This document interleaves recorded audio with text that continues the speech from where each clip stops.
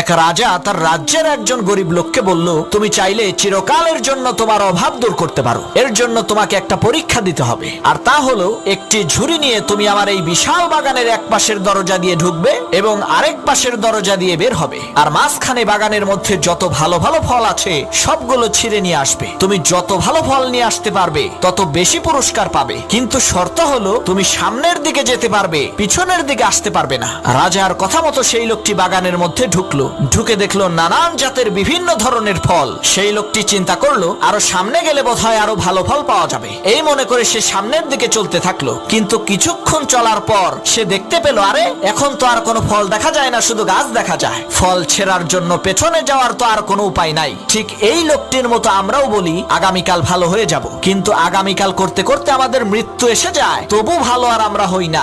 এক রাজা তার রাজ্যের একজন গরিব লোককে বলল, তুমি চাইলে চিরকালের জন্য তোমার অভাব দূর করতে পারো। এর জন্য তোমাকে একটা পরীক্ষা দিতে হবে, আর তা হলো একটি ঝুড়ি নিয়ে তুমি আমার এই বিশাল বাগানের এক পাশের দরজা দিয়ে ঢুকবে এবং আরেক পাশের দরজা দিয়ে বের হবে, আর মাঝখানে বাগানের মধ্যে যত ভালো ভালো ফল আছে সবগুলো ছিঁড়ে নিয়ে আসবে। তুমি যত ভালো ফল নিয়ে আসতে পারবে তত বেশি পুরস্কার পাবে, কিন্তু শর্ত হলো তুমি সামনের দিকে যেতে পারবে, পিছনের দিকে আসতে পারবে না। রাজার কথা মতো সেই লোকটি বাগানের মধ্যে ঢুকে দেখলো নানান জাতের বিভিন্ন ধরনের ফল। সেই লোকটি চিন্তা করলো আরো সামনে গেলে বোধহয় আরো ভালো ফল পাওয়া যাবে। এই মনে করে সে সামনের দিকে চলতে থাকলো, কিন্তু কিছুক্ষণ চলার পর সে দেখতে পেল, আরে এখন তো আর কোনো ফল দেখা যায় না, শুধু গাছ দেখা যায়। ফল ছেঁড়ার জন্য পেছনে যাওয়ার তো আর কোনো উপায় নাই। ঠিক এই লোকটির মতো আমরাও বলি আগামীকাল ভালো হয়ে যাব, কিন্তু আগামীকাল করতে করতে আমাদের মৃত্যু এসে যায়, তবু ভালো আর আমরা হই না।